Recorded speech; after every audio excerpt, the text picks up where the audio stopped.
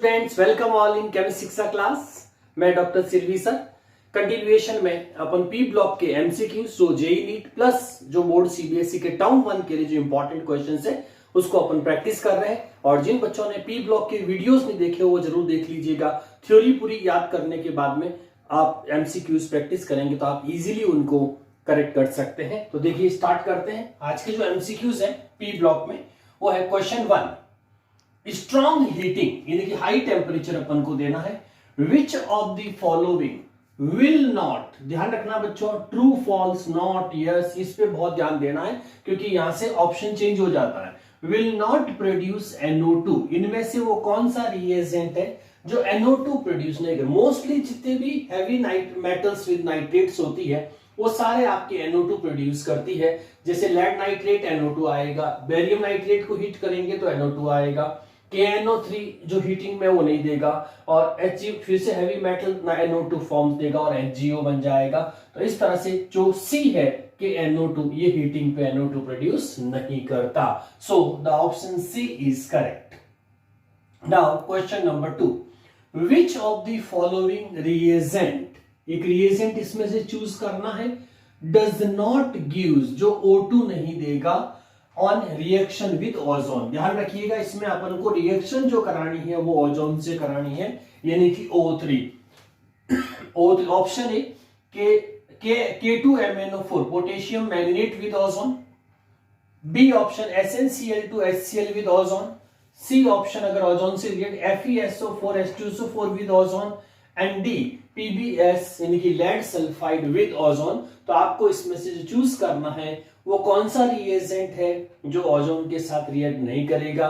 तो आप देखेंगे बाकी सारे आपके ऑलमोस्ट ऑक्सीडाइजिंग एजेंट जैसे और हेवी मेटल्स के साथ में PbO बन जाएगा, ठीक है, FeO में भी ऑक्सीडाइज हो जाएगा। ये रिड्यूसिंग एजेंट होता है SnCl2 विद HCl, इसीलिए ये आपका जो होगा वो बी, जिसमें रिएक्शंस में ओजोन से रिएक्ट नहीं करेगा और न ही O2 प्रोड्यूस्ड होगी। Now question number 3, which of the following is used as drying agent. जब भी स्टूडेंट्स हम ड्राइंग की बात करते हैं तो ऑफ कोर्स मोस्टली हमारे सामने CaCl2 है या कंसंट्रेट H2SO4 है, डिहाइड्रेटिंग एजेंट जैसा होगा, लेकिन यहां पे है अमोनिया गैस के सिंथेसिस के साथ में होना चाहिए, यानी कि ऐसा रिएजेंट जो अमोनिया सिंथेसिस को ड्राइंग एजेंट्स के रूप में काम में लिया जाता हो वो। तो option A concentrate H2SO4, option B P2O5 phosphorus pentaoxide, option C calcium oxide CaO, and option D CaCl2। तो आप देखेंगे स्टूडेंट्स, जो अमोनिया है आपके पास में उसके अंदर अपन जो यूज करते हैं ड्राइंग के लिए, मॉइस्चर को रिमूव करने के लिए, तो इसमें जो मोस्टली आपका ड्राइंग के लिए जो यूज होती है दैट इज कैल्शियम ऑक्साइड, यानी कि option C is correct for that. Okay, C is correct for that. Next question number 4 देखिए, द कैटलिस्ट, आपको एक कैटलिस्ट चूज करना है used in Haber process. Students आपको याद होगा Haber process is for synthesis of ammonia for manufacturing of NH3 gas. NH3 gas के manufacturing में यूज होता है। तो इसमें कौन से कैटलिस्ट यूज होते हैं? तो पहला है option A Fe with molybdenum MOB, P2O5 phosphorus pentaoxide, option C platinum, and option D nickel oxide. Yes, तो आपने बहुत ही फेमस रिएजेंट है कैटलिस्ट जो यूज करते हैं that is Fe with molybdenum, जो रिवर्सिबल रिएक्शन को काफी हद तक फॉरवर्ड रखे मैक्सिमम यील्ड ऑफ अमोनिया देता है, जिसमें Fe कैटलिस्ट का काम करता है और मोलिब्डेनम प्रोमोटर है। आपको याद होगा जैसे कैटलिस्ट में दो तरह की नेचर होती है, जिसमें एक प्रमोटर और एक इनहिबिटर होता है, तो उसमें से प्रमोटर का वर्क करता है। तो रेट ऑफ रिएक्शन जो होती है वो थोड़ी फास्टर चलती है इस रिवर्सिबल रिएक्शंस के अंदर, क्योंकि अमोनिया जो प्रोसेस होता है उसके अंदर रिवर्सिबल नेचर की रिएक्शंस होती है। N2 + 3H2 gives NH2NH3। ठीक है, next question number 5, which of the following substance gives N2 on heating. इसमें से वो कौन सा सब्सटेंस है जिसको हीट करने से N2 गैस ऑब्टेन होती हो? Option A HNO3 heating, option B ammonium dichromate heating, option C NH4Cl heating and option D all of the above. तो आप देखेंगे इसमें जो अमोनिया सिंथेसिस का प्रोसेस होता है दैट इज अमोनियम डाइक्रोमेट को जब हीट करते हैं तो उसमें से N2 इवॉल्व होती है. So B option is correct. Yes students, next question discuss करते हैं. Question number 6. Which of the following oxides colored is colored? इनमें से कौन सा ऑक्साइड कलर्ड है? एज वेल एज गैस, उसकी जो फिजिकल स्टेट है वो गैस आनी चाहिए एट रूम टेम्परेचर. ठीक है, रूम टेम्परेचर मोस्टली अपन जो आइडियली 25 डिग्री सेल्सियस मानते हैं, तो इस पे वो गैसियस स्टेट में होनी चाहिए प्लस वो कलर्ड होनी चाहिए. तो इसमें देखेंगे आप A barium oxide, B SO2 sulphur dioxide, C nitrogen with fourth valency oxide and D nitrogen with second valency oxide जिसको अपन नाइट्रोजन डाइऑक्साइड. आप देखेंगे स्टूडेंट्स, नाइट्रो कंटेनिंग कंपाउंड में सबसे ज्यादा फेमस होती है वो NO2 गैस है जो ब्राउन कलर की होती है, इसीलिए बाकी सब आपको कलर नहीं मिलेंगे कोई भी इनमें से. ठीक है, पाउडर व्हाइट एंड एटसेट्रा होंगे. सिर्फ NO2 जो होगा आपका जो सेकंड ऑक्साइडेस्ट है, it is a brown coloured gas होती है और रूम टेम्परेचर पे ये गैस स्टेट में होती है, इसीलिए option D is correct, NO2. Now question number 7. Ozone यानी कि O3 can be tested by, अगर ओजोन को टेस्ट करना हो, ठीक है, उसका एनालिसिस करना हो तो उसमें कौन सी मेटल मोस्टली यूज होती है? Option A silver, option B Hg, option C zinc, option D gold. तो ओजोन के एनालिसिस के लिए, टेस्ट के लिए जो यूज होता है वो मरकरी मेटल यूज की जाती है, तो option B is correct. Question number 8. Pure nitrogen जिसके साथ में कोई इंप्योरिटी ना हो N2 release can be prepared by, इनमें से वो कौन सा मेथड है जिससे नाइट्रोजन को प्योरेस्ट फॉर्म में ऑब्टेन किया जा सकता है? Option A NH4OH ammonium hydroxide, option B calcium nitride Ca3N2, option C BaN3 यानी कि आपका बेरियम एजाइड, और नेक्स्ट आपके पास में है डी जिसमें बेरियम नाइट्राइड फॉर्म आएगी, तो बेरियम नाइट्राइड. यस स्टूडेंट, जल्दी से सोचिए. Now the correct option is C barium azide या सोडियम एजाइड भी इसकी जगह कई बार यूज करते हैं. तो बेरियम एजाइड से आपको बेरियम अलग मिल जाएगा और N2 गैस अलग हो जाएगी, और इसकी जगह कई बार आप सोडियम एजाइड भी यूज करते हैं. ठीक है, सोडियम एजाइड भी यूज हो सकता है N-3, तो बेरियम एजाइड, ठीक है, और या आपका सोडियम एजाइड यूज कर सकते हैं. Now question number 9.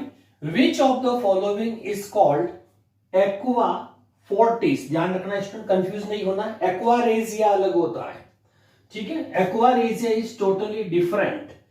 एक्वारेजिया की अगर अपन बात करेंगे तो एक्वारेजिया में तो आपके पास में होगा HNO3 प्लस HCl, जिसमें HNO3 का 1 पार्ट और HCl का 3 पार्ट होगा, इसको तो बोलते हैं एक्वारेजिया. ये क्या है? एक्वाफोर्टिस. तो एक्वाफोर्टिस जो है वो कंसंट्रेट HNO3 का जो है वो अदर नेम होता है, तो इसीलिए ऑप्शन ए में लिक्विड अमोनिया नहीं होगा, option B H2SO4 with SO3 भी नहीं होगा, ये ओलियम कहलाएगा. Option C concentrate HNO3 is known as एक्वाफोर्टिस.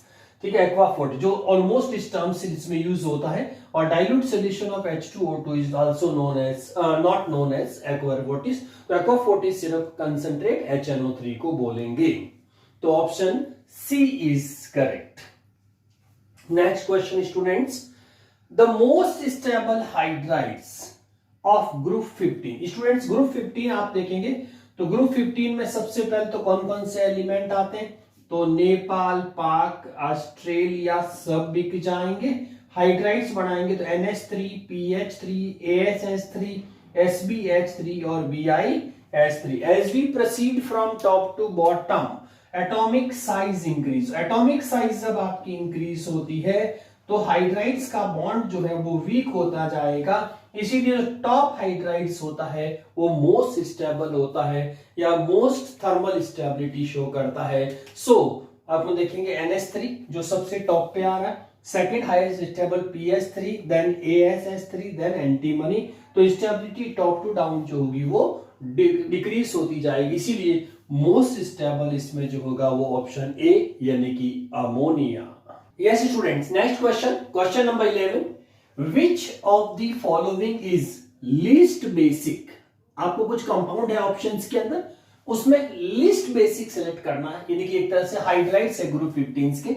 Option A NH3, option B PH3 phosphine gas, C ASH3 arsine gas, D antimony H3। Okay, और इसमें आपको बताना लीस्ट बेसिक, जैसे कि स्टूडेंट्स ग्रुप 15 के ही है सारे, तो ग्रुप 15 में अगर अपन हाइड्राइड्स को देखेंगे तो अपने पास में नेपाल, पाक, ऑस्ट्रेलिया सब बिक जाएंगे, इस तरह से रहेंगे। और वैलेंसी के बेस पे आपका एंटीमनी H3 और ये बनेगा, ठीक है।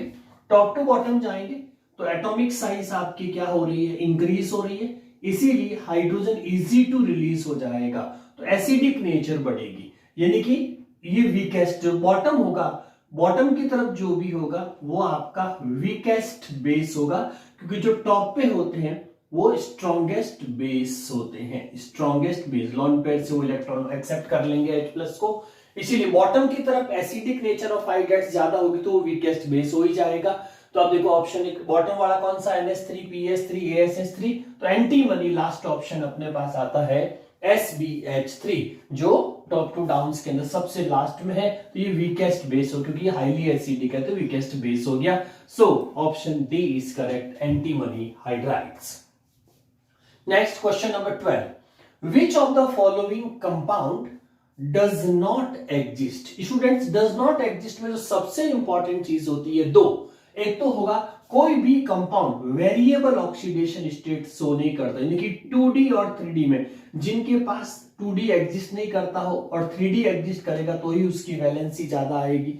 दूसरी इंपॉर्टेंट चीज होती है कि टॉप टू बॉटम जब जाते हैं तो इनर्ट पेयर इफेक्ट आएगा बॉटम में, और इनर्ट पेयर इफेक्ट में जैसे मान लो ग्रुप 15 है, ग्रुप 15 है तो उसकी जो 5 वैलेंसी है वो सबसे लास्ट वाले की नहीं होगी, फर्स्ट वाले की, ठीक है। तो अपन देखो phosphorus arsenic as a centre atom है, phosphorus centre atom, arsenic centre atom, antimony centre atom और बिस्मिथ सेंटर एटम्स है।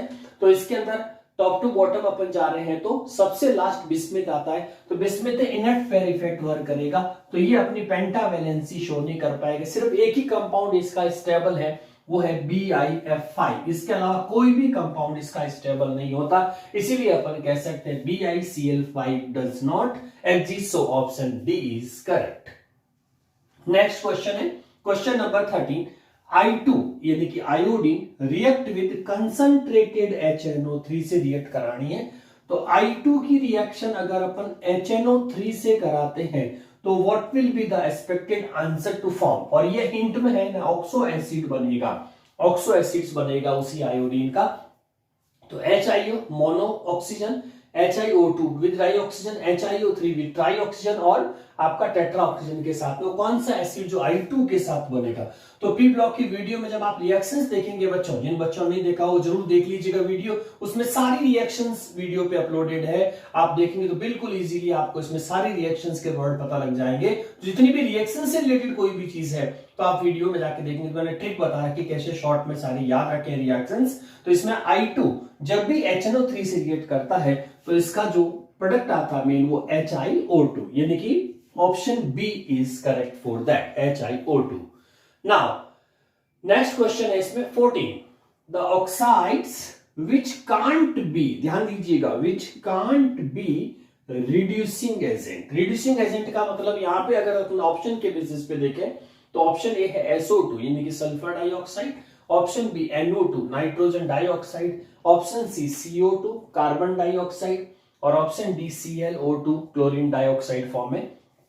स्टूडेंट्स, रिड्यूसिंग एजेंट्स के लिए अपन किसी से इस ऑप्शन के बेसिस पे देखेंगे तो इनमें से कोई भी गैस या सब्सटेंस है वो अदर ऑक्सीजन को अगर और गेन कर लेता तो सामने वाले का क्या होगा, रिमूवल ऑफ ऑक्सीजन होगा, तो उसका रिडक्शन होगा, रिडक्शन होगा तो वो रिड्यूसिंग एजेंट कहलाए। तो इसमें से कौन ऑक्सीजन ले सकता है, वो तो सारे आपके जो ऑक्सीजन उसमें आ जाएंगे ना रिड्यूसिंग। लेकिन कांट बी रिड्यूस, मतलब और ऑक्सीजन कौन एब्जॉर्ब नहीं कर सकता। जैसे सल्फर है तो SO3 तक जा सकती है, NO2 आगे NO3 बन सकता है, CO2 मोनोऑक्साइड से ऑलरेडी ये CO2 में आ गया, क्योंकि CO already done as a CO2, अब और CO2 ऑक्सीजन को एब्जॉर्ब नहीं करेगी तो ये रिड्यूसिंग एजेंट का काम नहीं कर सकती। अब ClO3 ClO4 तक जा सकता है, तो इसमें CO2 का और फर्दर कन्वर्जन पॉसिबल नहीं है, इसीलिए ऑप्शन सी राइट होगा, कांट बी रिड्यूसिंग एजेंट। बाकी सब रिड्यूसिंग होंगे क्योंकि ये फर्दर किसी की ऑक्सीजन और ले सकते हैं।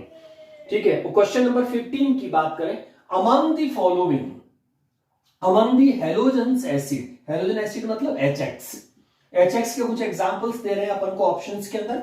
The one which is weakest acid, students इसमें भी इसी तरह का कंसेप्ट लगाना है। अगर अपन HX को देखें तो HF, HCl, HBr और HI, टॉप टू बॉटम ये सिचुएशंस बनेगी।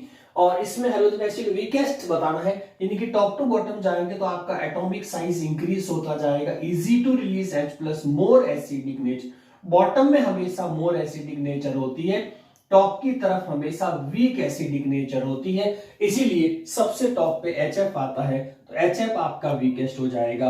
HCl, HBr, HI की तरफ आपकी एसिडिक स्ट्रेंथ इंक्रीज होती जाएगी, as we proceed from top to bottom acidic strength increases. Yes students, next question discuss करते हैं, question number 16, which of the following halides is most acidic, इनमें से कौन सा हैलाइड सबसे ज्यादा एसिडिक है, जिसमें फॉस्फोरस ट्राइक्लोराइड है ऑप्शन ए में, ऑप्शन बी में antimony trichloride, and option C में बिस्मिथ ट्राइक्लोराइड, और ऑप्शन डी CCl4 यानी कि कार्बन टेट्राक्लोराइड। स्टूडेंट्स इसमें भी हाइड्राइड्स की तरह ही है, जैसे आप इसमें फॉस्फोरस, एंटीमनी और बिस्मिथ चलेंगे तो फॉस्फोरस, ठीक है, फॉस्फोरस के बाद आपका आर्सेनिक और उस तरह से एंटीमनी और बिस्मिथ, टॉप टू बॉटम जाएंगे तो वही साइज बढ़ने से Cl- रिलीज जल्दी होगा, तो रिलीजिंग टेंडेंसी बढ़ाने वाला जो होगा वो आपका ज्यादा एसिडिक हो जाएगा, इसीलिए ऑप्शन सी BI यानी कि bismuth trichloride is the correct answer.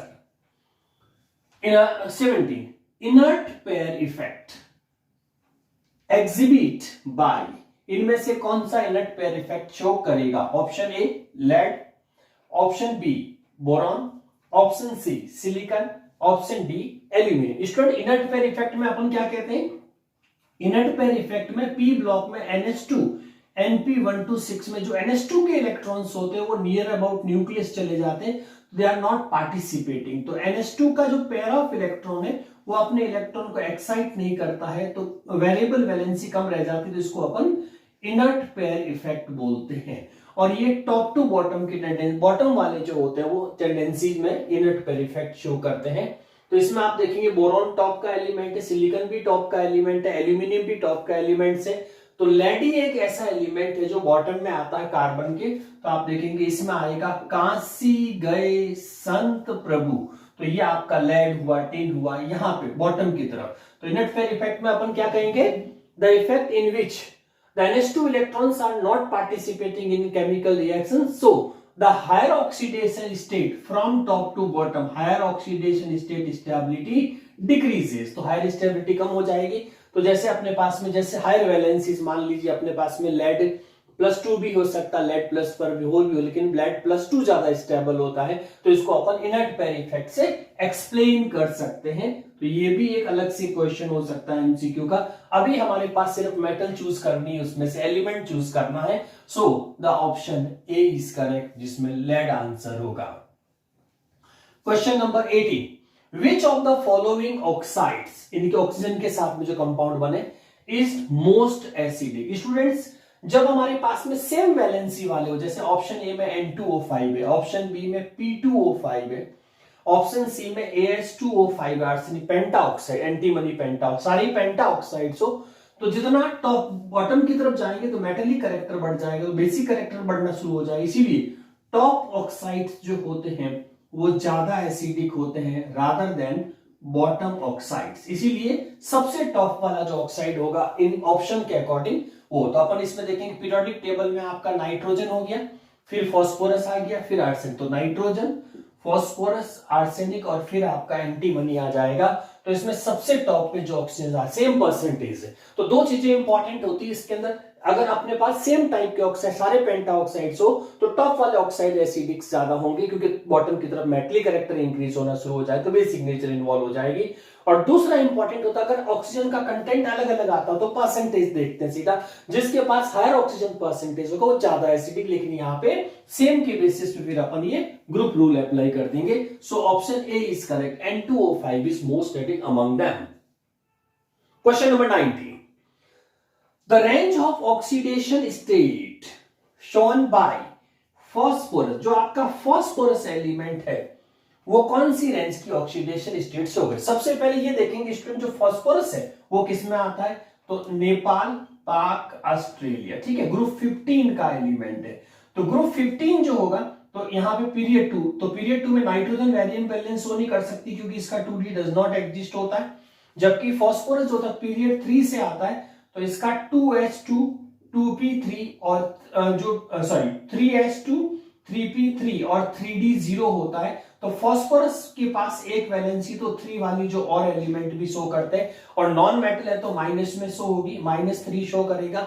और दूसरा फॉस्फोरस अपना जो पेयर ऑफ इलेक्ट्रॉन होता है S का वो एक्साइट करा सकता है D के अंदर, तो ये वैलेंसी अप टू +5 तक जा सकती है। इसीलिए ऑप्शन के अकॉर्डिंग -3 to 0, 0 to +5, -3 to +5 और 2 to +4। ऑफ कोर्स जब ग्रुप 15 है तो ऑप्शन जो होगा -3 to +5, और वो भी जब थर्ड पीरियड का एलिमेंट हो तो उस केस में वेरिएबल ऑक्सीडेशन स्टेट में शो करेगा। इसीलिए फॉस्फोरस के लिए ऑप्शन राइट होगा -3 to +5।